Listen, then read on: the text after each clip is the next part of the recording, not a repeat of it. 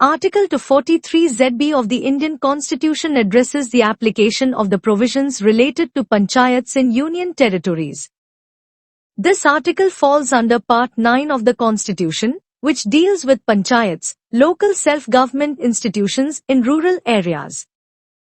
Here's a breakdown of Article 243ZB. 1. Application to union territories.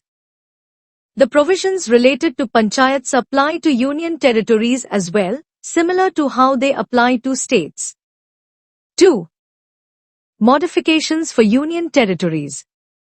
In the case of union territories, the provisions will apply with certain modifications. Governor of a state. In the context of a union territory, any reference to the governor of a state in the provisions of this part should be interpreted as a reference to the administrator of the union territory. The administrator is appointed under Article 239 of the Constitution. Legislative Assembly of a state. If the union territory has a legislative assembly, any reference to the legislature or the legislative assembly of a state in this part should be interpreted as a reference to the legislative assembly of the union territory. 3. Presidential powers.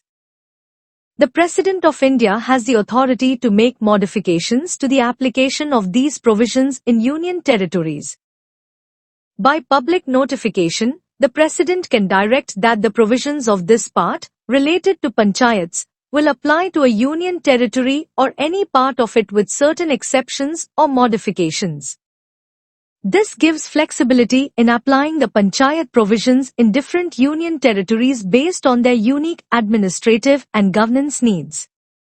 In summary, Article 243ZB ensures that the provisions related to panchayats in rural areas are extended to union territories, with appropriate modifications to reflect the different administrative structures in union territories. The President also has the power to adjust these provisions as necessary.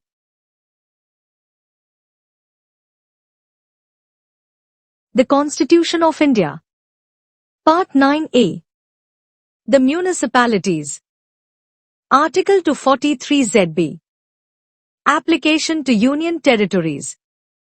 The provisions of this part shall apply to the Union Territories and shall, in their application to a Union Territory, have effect as if the references to the governor of a state were references to the administrator of the Union Territory appointed under Article 239 and references to the legislature or the legislative assembly of a state were references in relation to a Union Territory having a legislative assembly, to that legislative assembly.